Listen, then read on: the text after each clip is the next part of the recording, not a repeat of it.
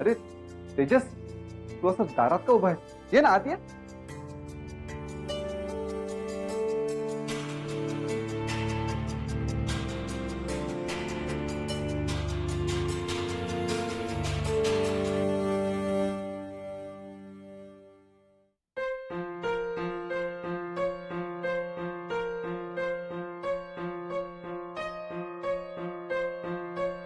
तेजस, अरे होतास कुठे तू? सॉरी, पण मला खरं इथे यायचं नव्हतं. मीनाक्षी वहिनींमुळे इथे आलो.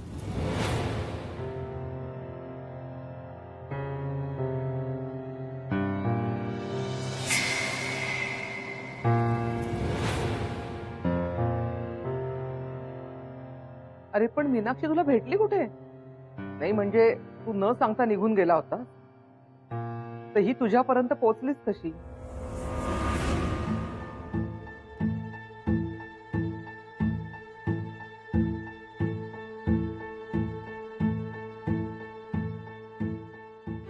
काय ग, कुठे भेटला तुला?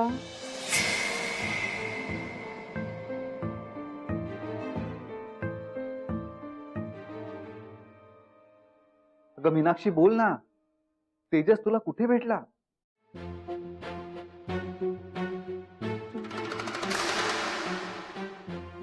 मला अस्वस्थ वाटत होतं म्हणून मी देवळात गेले होते. देवळातून परत येताना हे मला दिसले.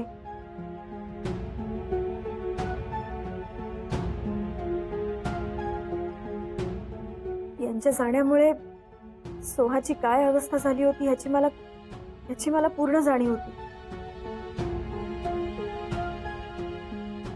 मी यांना जाऊन विनंती केली, तरी हे यायला तयार नव्हतेच.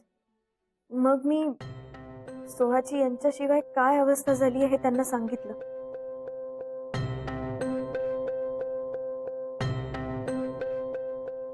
त्यांना विनंती केली, मग ते यायला तयार झाले.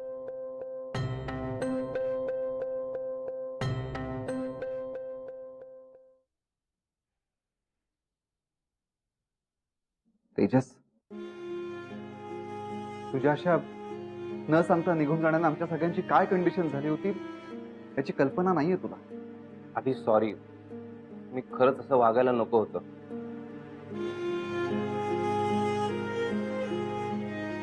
I am really very sorry. अरे असू दे.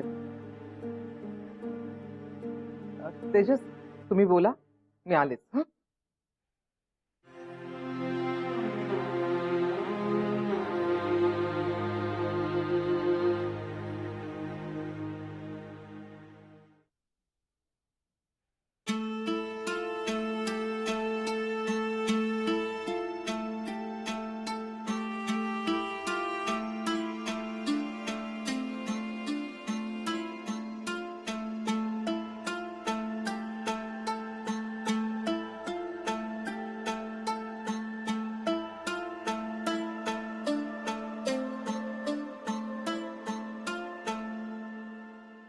सोहा, सोहा, चल माझ्याबरोबर खाली. नाही आत्या, मला काही कुठे जायचं नाहीये. तू प्लीज इथून जा, मला थोडा वेळ एकटीला राहू दे. सोहा, अगं तुला भेटायला कोणीतरी आलंय खाली. चल तरी बघ ना कोण आलंय. आत्या, मला आता कोणाशी बोलायचं नाही, मला कोणालाही भेटायचं नाही. प्लीज तू जा इथून. सोहा, तू आत्याचं ऐकणार नाहीयेस का? आत्या आज तरी नाही, प्लीज प्लीज तू इथून निघून जा. चल, तू तशी ऐकणार नाहीस. आत्या, चल म्हणते ना. आत्या तुला सांगितलं ना एकदा, मला नाही यायचं. तुला कळत नाहीये का? का जबरदस्ती करतेस? कारण जबरदस्ती केल्याशिवाय तू ऐकणार नाहीस ना, म्हणून. चल बघू खाली. चल म्हणते ना. चल. आत्या, नको ना, चल please, म्हणते आत्या. ना. आत्या, हात सोड ग. अगं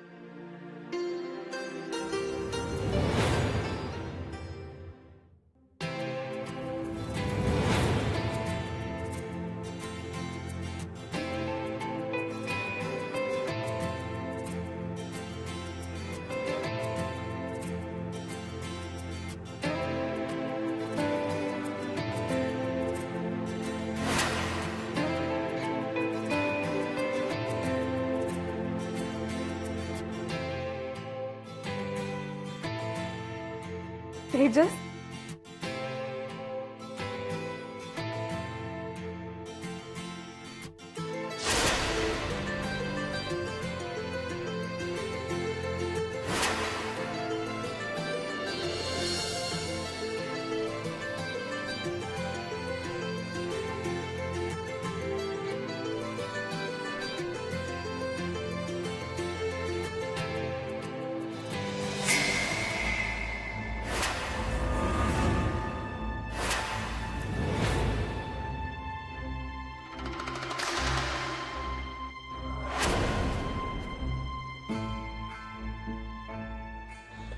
सोहा,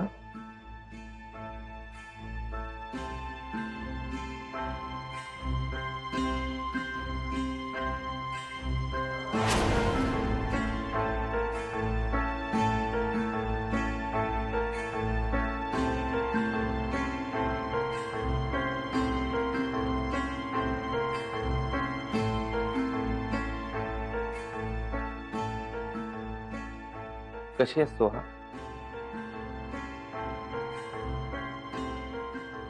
तू का आलायस इथे? तू पुन्हा येणार नाही असं ठरवून गेला होतास ना तुझं तू? सोहा, सॉरी. तू जा इथे. तुला माझी अजिबात पर्वा नाही.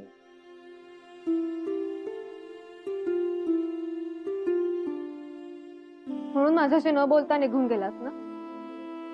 आता मी तुझ्याशी कधीच बोलणार नाही. सोहा, माझं चुकलं.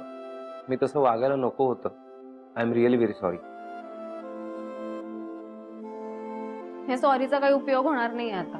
तू कसं स्वतःहून न सांगता निघून गेलास तसं आता तुझ्याशी बोलायचं की नाही ते मी ठरवणार.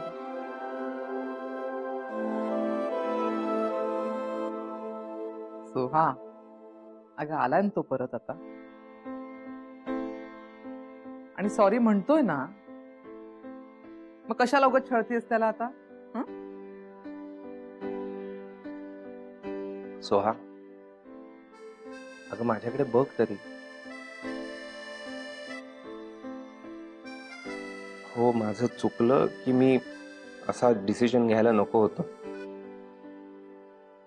सोहा, हवं तर मी परत एकदा सॉरी म्हणू का?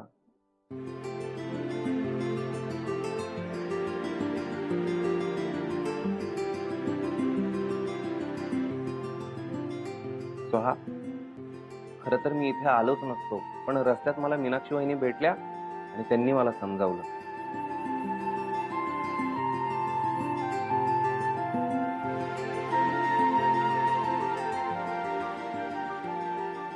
मीनाक्षी तुला इथे घेऊन आली आहे? हे कसं शक्य आहे? हो, त्यांनीच मला इथे आणलं.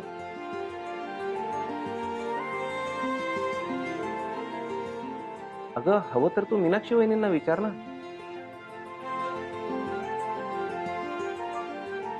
हो की नाही मीनाक्षी वहिनी?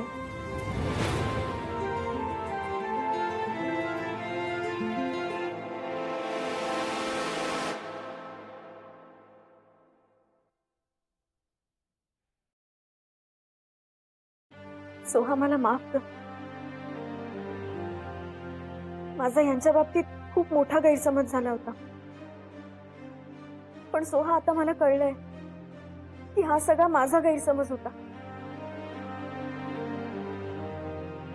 यात यांची काहीच चूक नाहीये.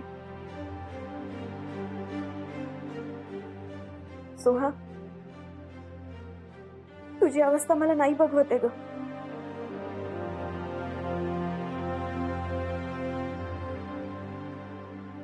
प्लीज मला माफ कर ना. जे काही झालं गेलं ते प्लीज विसरून जा. आणि प्लीज जमलं तर मला माफ कर, प्लीज.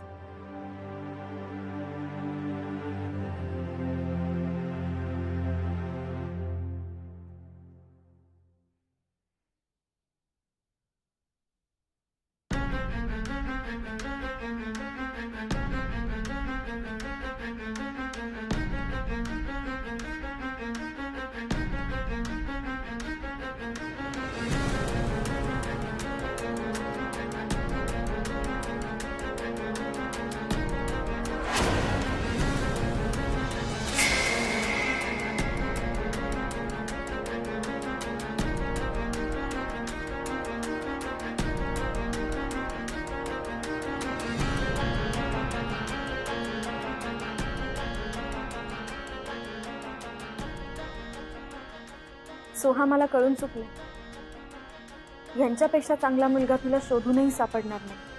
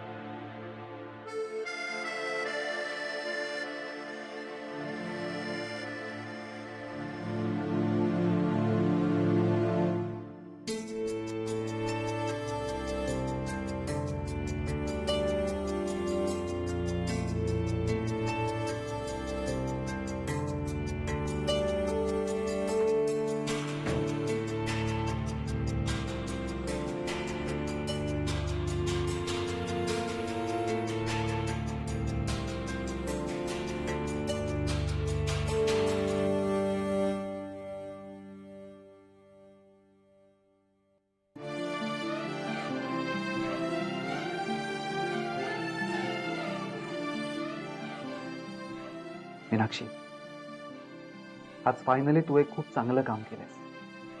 स्वतःची चूक मान्य करून सोहाच्या भल्याचा विचार केलास. स्वतः तेजसकडे जाऊन त्याला समजावून घरी घेऊन आलीस.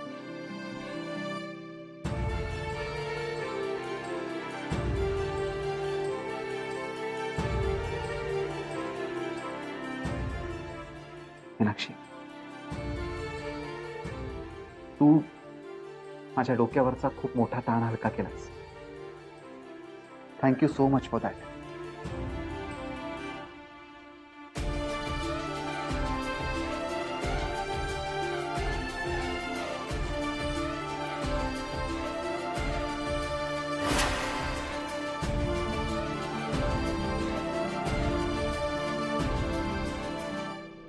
तेजस तरी बस तरी. आताही मला पहिल्यांदा सांगा की तुम्ही सगळ्यांनी मला माफ केले ना. मला मीनाक्षी वहिनी भेटल्या तेव्हा त्यांनी मला सांगितलं की माझ्या डिसिजनमुळे तुम्ही किती सगळे हर्ट झालाय ते. Once again I am very sorry. अरे किती वेळा सॉरी म्हणशील. पुरे आता. आत्याही मी चुकलो ना. पुरे म्हटलं ना. तेजस, तुला अरे खोटं वाटेल पण सोहाने 2 दिवस काहीच खाल्लं नाहीये. त्यामुळे काहीतरी बनवायला हवं ना आता. वहिनी, चल आपण काहीतरी छान बनवूया. तेजस, तू परत आलास आणि आमचं सगळं टेन्शनच गेलं. तुम्ही दोघं बसा बोलत. आलो सांग.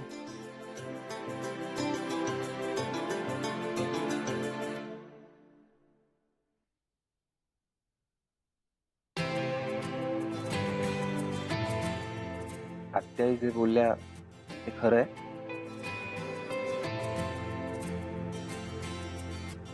तू खरंच माझ्यामुळे 2 दिवस काहीच खाल्लेलं नाहीये. वाईट आहे ना मी खूप.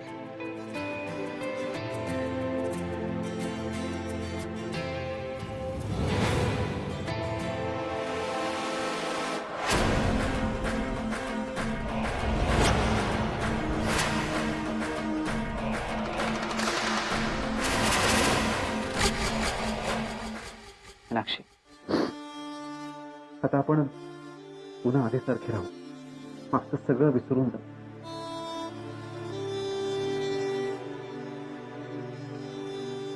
या सगळ्या प्रकरणात कळत नकळत मीही तुझ्यावर खूप रागावलो. हो ना. कितीही नाही म्हणालीस तरी मला माहिती आहे Meenakshi. I am sorry for that.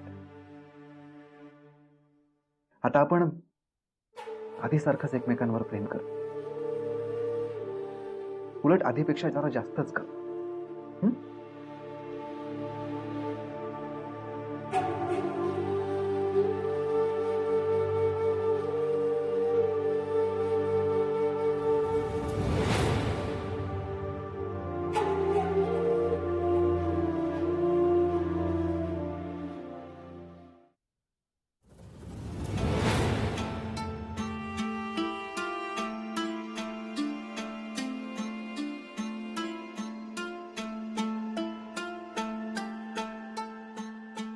Soha, बोल. Soha, once again sorry. अजून किती वेळा सॉरी म्हणणार आहेस तेजस तू? इनफॅक्ट मी तुला सॉरी म्हटलं पाहिजे आता. तू का म्हणणार सॉरी? आय कॅन इमॅजिन तुला किती त्रास झाला असेल. तू खूप डिस्टर्ब झाला असशील ना. तेजस, जसा तू मला ओळखतोस तशी मीही तुला ओळखते. तू मनाने किती हळवायचे माहित नाहीये का मला? सोहा, ज्या गोष्टींचा आपल्याला त्रास होतो ना त्या गोष्टी करायच्याच नाही किंवा बोलायचंच नाही. तो हा विषय काढून जर आपल्याला दोघांनाही त्रास होणार असेल तर हा विषय आपण सोडून देऊयात ना.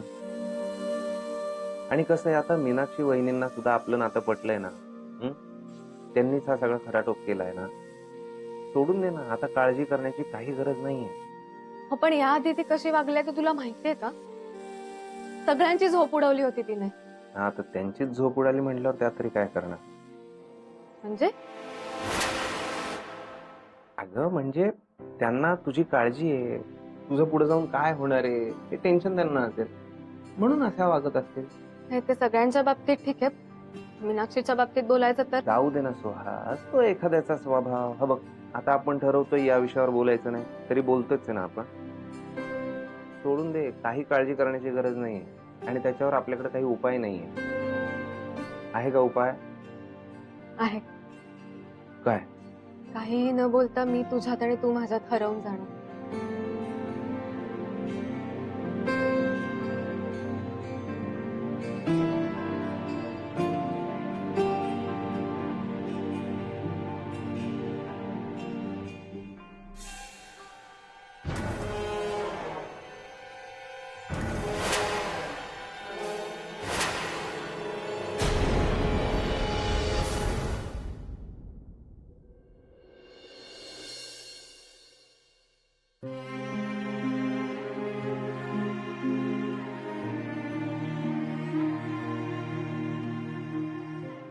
मीनाक्षी,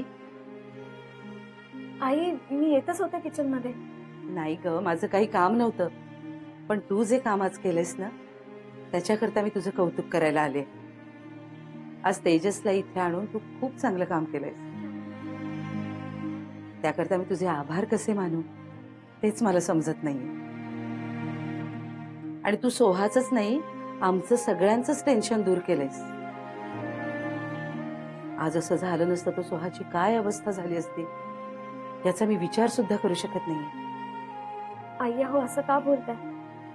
सोहा माझी कोणीच नाहीये का? मीनाक्षी, या आधी जे काही घडलंय ना ते सगळं तू विसरून जा.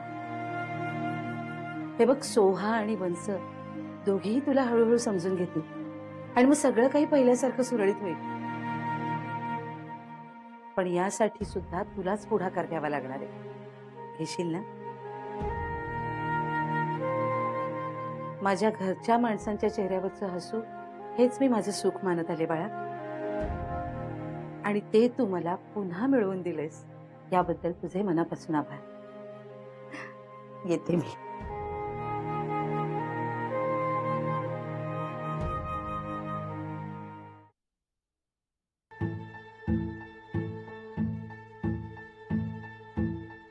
काहीही झालं तरी हे नातं जुळता कामा नये. असं काहीतरी करायला हवं जेणेकरून हे नातं पण होणार नाही आणि त्या राक्षसाला संशय पण येणार नाही.